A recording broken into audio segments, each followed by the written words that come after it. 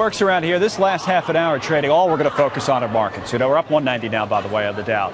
But for a moment, before we get there and really go minute by minute, tick by tick, maybe even some would say play by play on the markets, I do want to talk about something a little more important. And I think a lot of people down here would probably agree with me, as fans are waiting for the final decision in the Tom Brady Deflategate scandal. No, that's not it. That's not what's more important.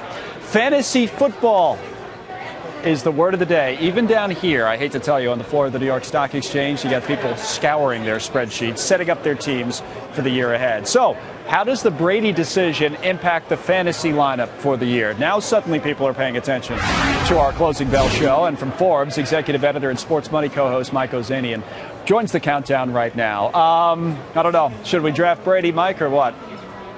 I think you got to draft him. He's pretty cheap right now. And look, as the great Woody Hayes used to say when he was coaching Ohio State, looking at it from the NFL and Roger Goodell right now, there are three possible decisions, and two of them are bad, right? It could be a stay on the suspension, or he could rule in the favor of Brady, and there's one chance he could rule in the favor of Goodell in the NFL.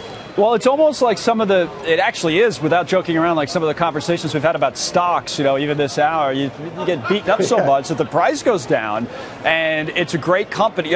Apple goes down, whatever it went down there last week. You say, my God, Apple went down X percent. Maybe I should buy Apple, and maybe Tom Brady's the same way as an investment. Is that what you're basically telling me today?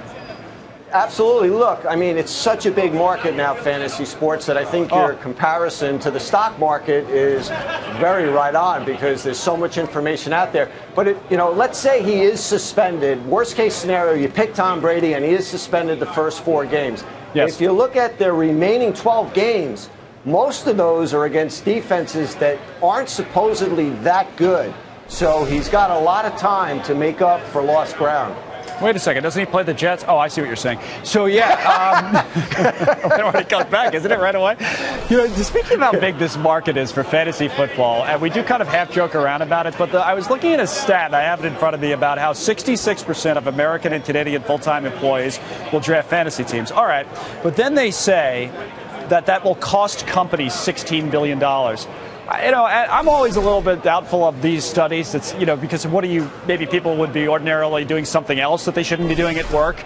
But it is distracting. It is distracting to people trying to do their job as fantasy football. People are really, really into it. Yeah, I agree with you. I don't know exactly how they come up with that number. It's sort of the same thing when they talk about how much the March Madness pools cost companies. I always try to turn it around, because I'm such a big fan of football and fantasy sports, and say, well, it creates a lot of camaraderie and brings us all closer together. I heard a Johnny Manziel conversation to my left about 10, 15 minutes ago, so there are definitely people thinking about it. You have a Brady prediction, by the way, in terms of the games and what we might see whenever they come down with this decision?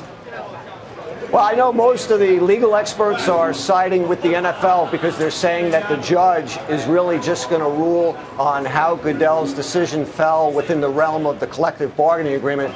But I tend to think that it's going to side with Brady, only because the investigation and my reading of the Wells report was so shoddy. The judges essentially questioned that publicly. So I'm rooting for Brady, even though I'm a New York Giant fan. Well, that's hard to do, but good job out of you, Mike. And it's always good to have you on. You're great. Mike Ozanian from Forbes. Thank you. He says Brady's a buy. A lot of buying in the market today, too.